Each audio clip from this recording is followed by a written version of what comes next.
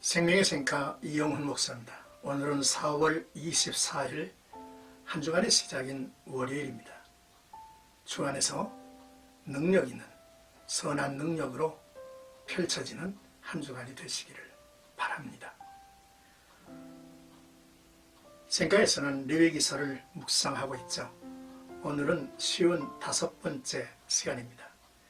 22장 17절에서 33절까지 여호와께서 기쁘시게 받으시는 제물이라는 내용이 되겠습니다. 하나님께 드릴 제물에 관한 규례입니다. 먼저 하나님께 오직 흠 없고 깨끗한 제물을 드리도록 강조하고, 하나님께 드릴 수 없는 제물을 구체적인 신뢰 그리고 드려질 제물에게 자비를 베풀도록 규정도 하죠. 한편 하나님께서 이 계명을 지켜 행하라고 명령하신 부분입니다. 17절에서 25절까지는 기쁘게 받으심이 되도록 아무 흠이 없는 온전한 것으로 할지니 라고 말씀을 하시죠. 여호와께서는 소원제물, 자원제물, 화목제물, 감사제물을 드릴 때에 반드시 흠이 없는 제물로 드리라고 하시죠. 그리하여야 여호와께서 기쁘게 받으시는 예물이 되기 때문입니다. 그래서 백성들이 명확하게 흠 있는 제물과 흠이 없는 제물을 구별할 수 있는 기준을 구체적으로 열거해 주십니다. 그래서 백성들이 제물을 드릴 때 스스로 구별하여 확인하여 흠 없는 것을 들고 올라갈 수 있게 된 것이죠. 특히 22절에서 25절의 흠 있는 제물들의 특징을 살펴보면 인간의 아까워하는 본성과 보이지 않는 하나님 사이에서 눈속임으로 죄를 지을 수 있는 여지가 많음을 아시고 미리 차단하시는 하나님의 마음을 알 수 있습니다.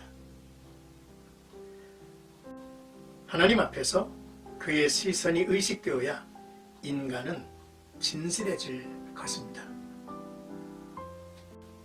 이제 26절에서 30절까지는 어미와 새끼를 같은 날에 잡지 말지니라 라고 명하셨죠.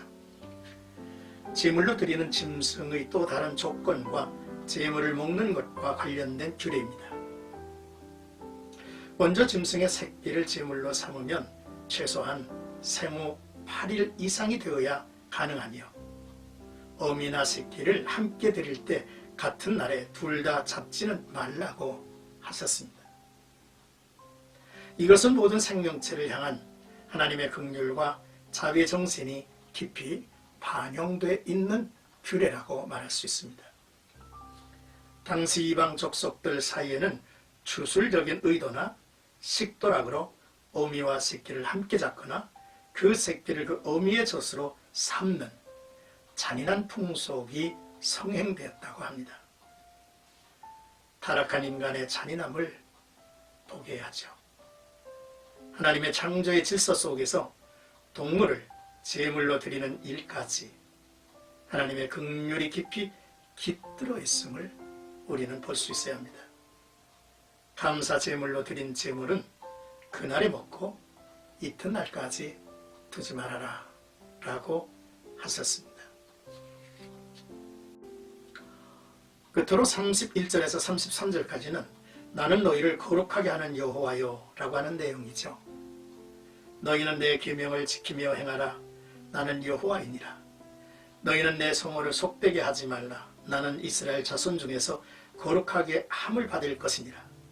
나는 너희를 거룩하게 하는 여호와요 라고 말씀을 하시죠.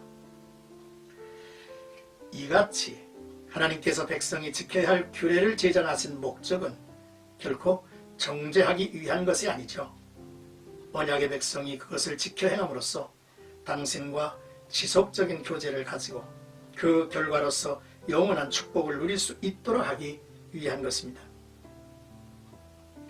하나님의 명령에 순종하는 것은 우리를 구원하신 하나님을 영화롭게 하며 우리로 하나님의 이름을 욕되게 아니하고 하나님의 거룩하심을 지키는 것이며 우리는 그 하나님으로부터 거룩함을 받은 은총의 백성이 되는 길이다 라고 하는 사실을 잊지 말아야 할 것입니다.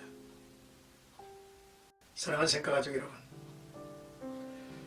우리가 올바른 예배자가 아니면 하나님은 기뻐하지 않으시고 세상이 하나님을 업신여기게 되고 하나님의 이름을 욕되게 한다는 사실을 명심해야 합니다. 둘째, 우리의 예배가 육신의 정욕이나 안목의 정욕이나 이생의 자랑을 담고 채우려고 한다면 하나님의 거룩하신 뜻을 잔인하게 짓밟는 행위가 될 것입니다. 하나님의 창조와 그 사랑과 구속하신 은혜가 우리의 이제 예배에 가득히 담겨져야 하는 것이죠. 셋째, 여호와께서 기쁘게 받으실 흠없는 제물은